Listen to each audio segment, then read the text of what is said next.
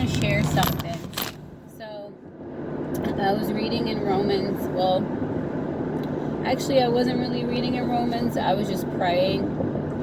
And I felt like the Lord opened something up to me a little bit, where it says, I think it's Romans 6, where it says, but we also glory in this, in tribulation, because tribulation produces patience, and patience produces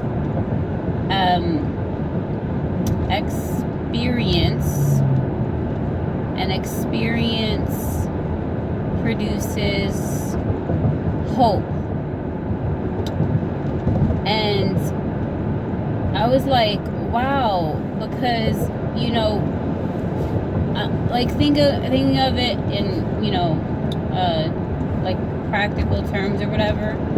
And I'm not saying this is what this means, but this is just, I'm just sharing what I think. So tribulation, I interpret, say, going through a hard time, something that lasts a while. Well, in that, God will produce patience in your heart, which is lovely, because, you know, we know that, you know, things happen to good people, to bad people, to everyone, right? Not that God causes evil things to happen to us, but this is the world we live in. So, but we can hope in this, that He produced patience in us. Isn't that beautiful? Because imagine going through something and you don't have patience, and you have anxiety, and you're being, not only are you going through tribulation, but also being tormented, and yourself at the same time. But God can produce in us patience, and then in turn, when you wait, you see you experience. And when in the Greek it said experience means what did it say? To proof, trustiness. It said trustiness and to proof. It's almost like, you know, God will show you Himself. He will be faithful to you. You will see His trustiness, and you will prove Him.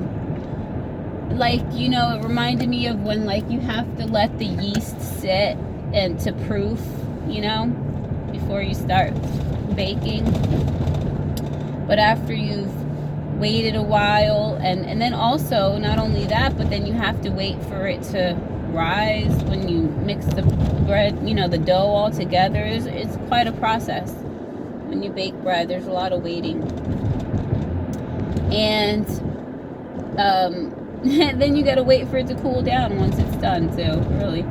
So lots of waiting. But in that waiting, you'll experience, which is nice.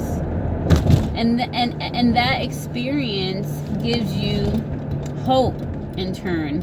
Hope, which in the Greek it said confidence, gives you confidence, and it gives you expectation. So isn't that beautiful? That once that is done, that hope is the result of that confidence, that expectation. It's like, you know, it kind of builds you in your inner man, you know, like you can face life with a confidence. And that's so beautiful. I mean, that's better than going through tribulation and being tossed to and fro. But yeah, just experiencing that hope.